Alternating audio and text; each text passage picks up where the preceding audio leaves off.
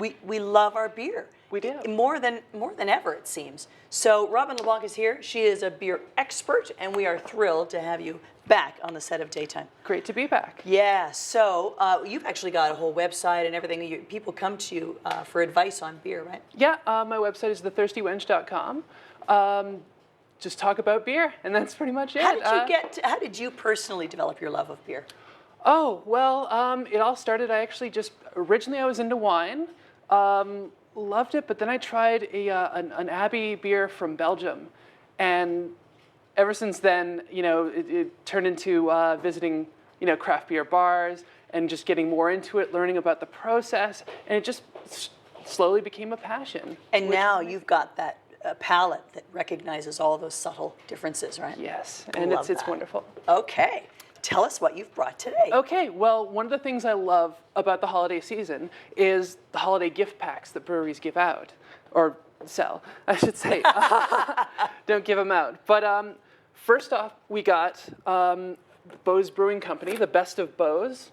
What happens is throughout the year, they came up with these special one-offs that were only available through their brewery or select stores.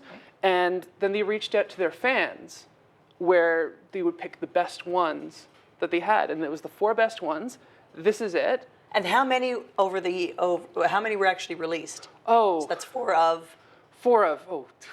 at least 10, I would say. Wow. And at least a new one was coming up every month, and it was amazing.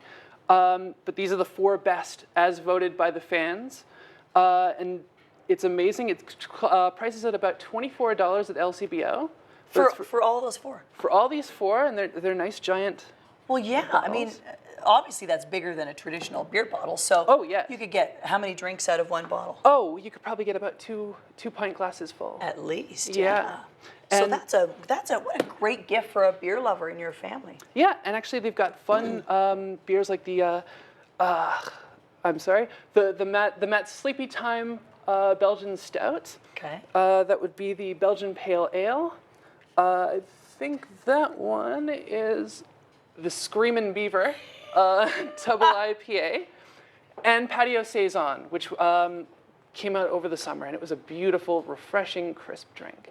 Wow, what's the difference between an ale and a lager and a stout? What are the differences? Well, primarily, the big differences are ale and lager, and those are just the yeast strains that are used. Ales require a certain temperature to brew out with the yeast, so it gets going. Lagers, likewise, something different. Lagers, I find, can be a bit crisp, more on the crisp side, fairly light. Ales can be a bit heavier, but they can also be light too. It's once you get into yeast strains on how to ferment beers and all that stuff, it just goes crazy. Do you have a personal preference? A personal preference? Mine changes with the season. Now that we're in winter, I really love the stouts and the imperial stouts, just the dark beers to go with some nice chocolate and cheese. Ooh. Beer and chocolate. We'll get to that in one sec. Okay. Next up, actually, we do have the King Brewery Three Kings beer box set. That's great. Yeah, and actually, this is an amazing present for the lager lover. Anyone who drinks Molson, Coors, this is a great gateway beer into really good craft beers. What you have is the King Pilsner lager, which is just very crisp, very nice, slight malt background to it, very delicious. You also have the Vienna Lager, which is the best to drink on a warm day, or in this case, when the fire is getting to you a bit. Oh, because it's refreshing? It's refreshing, it's light, it's one of those after a day, where you just want to sit down and relax. It's perfect. Wow. And one of my favorites, the dark lager, which it's definitely, of course, like it says, it's like a lager, but only dark.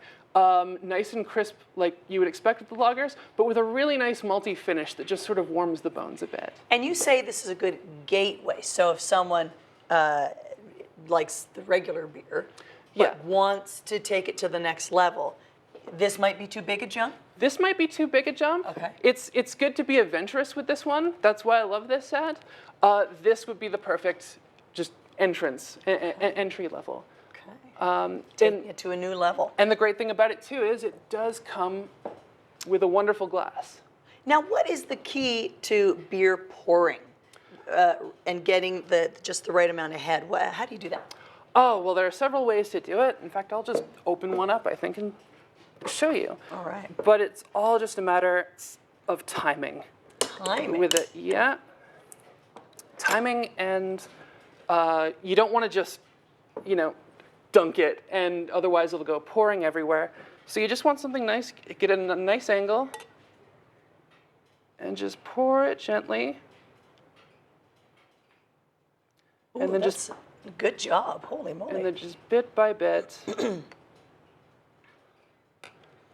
you'll get a nice even head. Look at that. And look how dark that is. Yeah.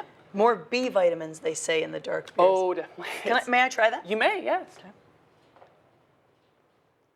Oh, that's lovely. Mm-hmm.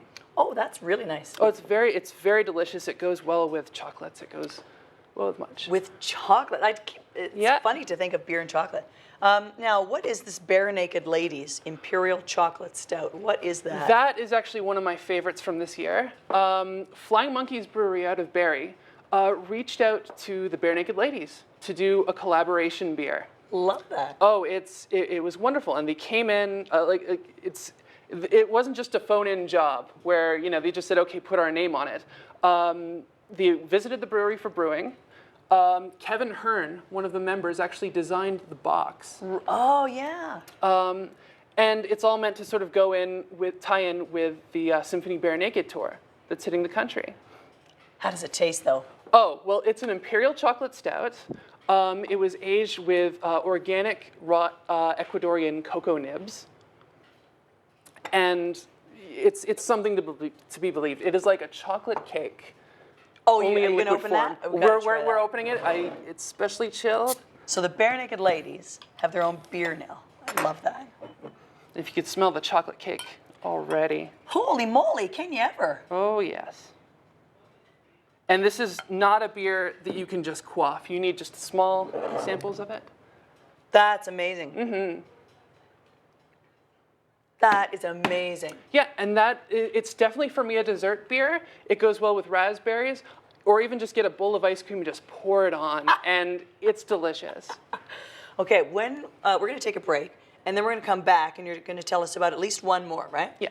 Okay, so if you love beers, stick around, because we're going to have more with Robin after the break. Stay tuned. The Thirsty Wench. That's fantastic. And because of my cold, you can't have any of these. I have to finish all these, right? Oh, no.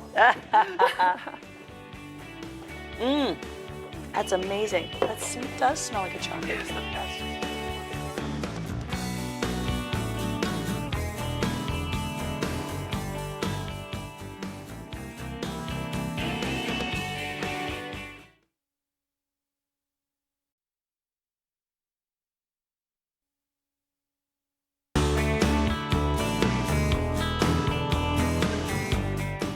Well, just before the break, we tried some of the Flying Monkeys beer that the Bare Naked Ladies had a hand in brewing, and it smells exactly like a slice of chocolate cake or chocolate mousse. And under the cap, it says, "Beer is proof that God loves us and wants us to be happy." Love Wise that. words. According to Benjamin Franklin, apparently, but I don't know. That sounds like something the Bare Naked Ladies would say. All right, before we go, let's see here of a couple more beers. Yeah, so actually, this is great for winter. It's Mill Street barley wine. Okay. And it's essentially same process as wine, except you use barley. Oh. This particular one has hints of vanilla. It was aged, I believe, also in Kentucky bourbon barrels. Oh, wow. And really dark, really smooth.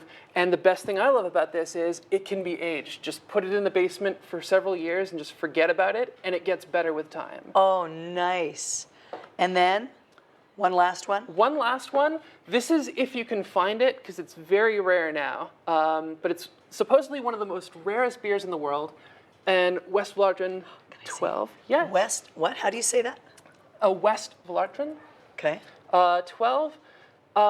Essentially, you could, up until a point, you could only get this beer in the abbey that it was made in. Oh, wow. In Belgium. And the thing is, they've taken a vow of poverty, so they don't want to oversell themselves. But the Abbey is starting to fall apart. And So now they want to sell it. Well, in order to pay for renovations, they made an extra special batch and sent it out to U.S. and Canada, and it just went crazy. There was Can we find? We have to go, but can we find this at the LCBO? If you do find one, get it as soon as you can. Okay. TheThirstyWench.com, and you'll be talking about these wonderful gift sets that you brought here today, and great gift ideas for the beer lover in your family. Still to come on Daytime Toronto, all about the CMHL hockey tournament, last-minute gift ideas from Staples, tips on holiday driving now that the winter weather has hit. But first, Rogers TV has a great sports lineup. So tonight at 7, check out some Marlies hockey when the Toronto Marlies take on the San Antonio Rampage. Also, the Marlies will be playing St. John's on Saturday at 3. Here's a preview of some Marlies action. Thanks, Robin.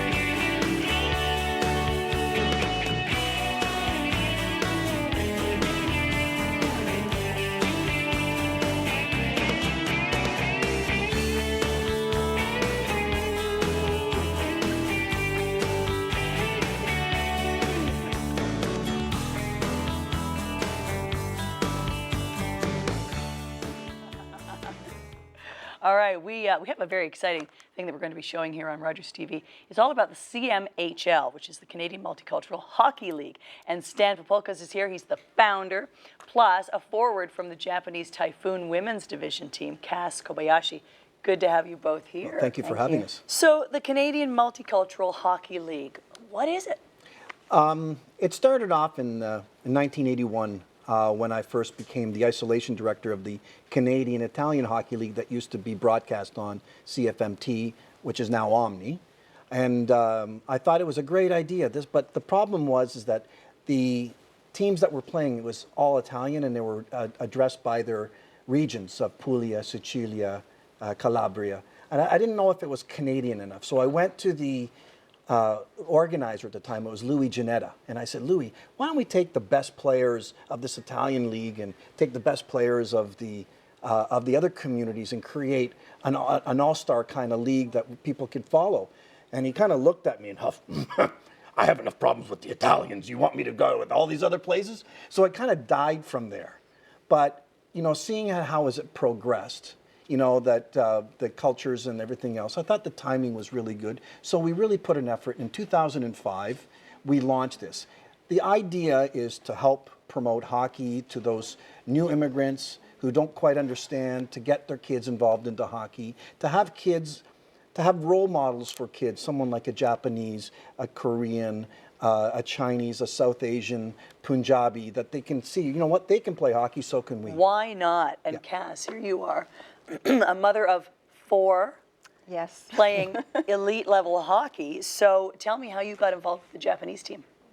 Well, basically, somebody from the community sent out an email. It's a very, very small community.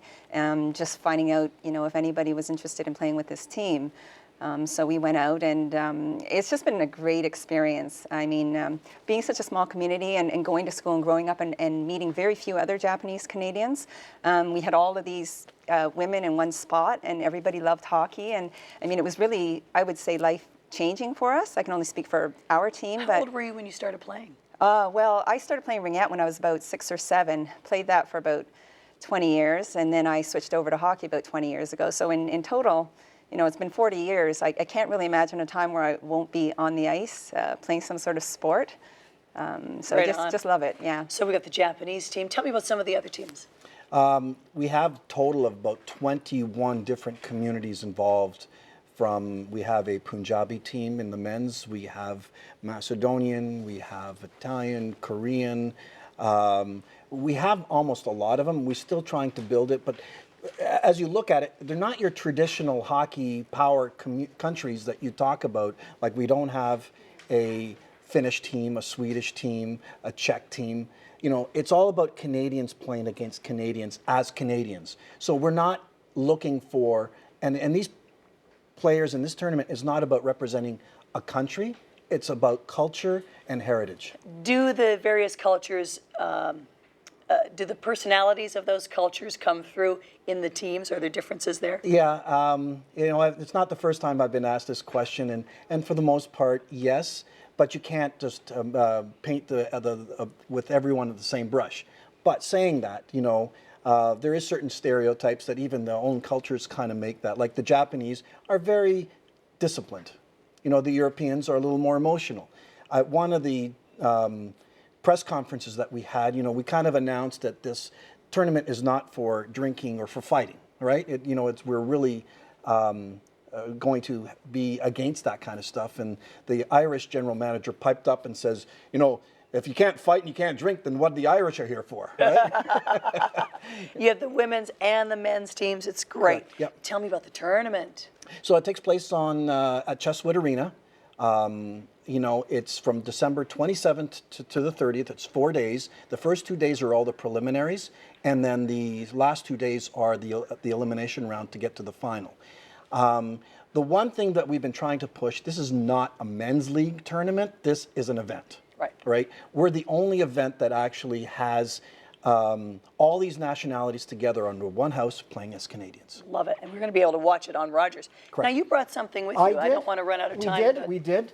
Sorry, and I'm going to do this quickly. I wanted to thank Rogers Television for being our sponsors this year. So on behalf of the Canadian Multicultural Hockey Championships, we would like to present Rogers Television with this portrait of all the teams. Isn't that fantastic? Well, I'll accept it on their behalf. When can we see the tournament on Rogers? I believe it's on the Saturday, the 5th. First game starts at 6. The second game is broadcast at 8. Fabulous. All right, for more information, cmhl.ca. Thank you both so much. Good Thank luck. you. Thank you. Coming up, last minute gift ideas from Staples. It's gorgeous.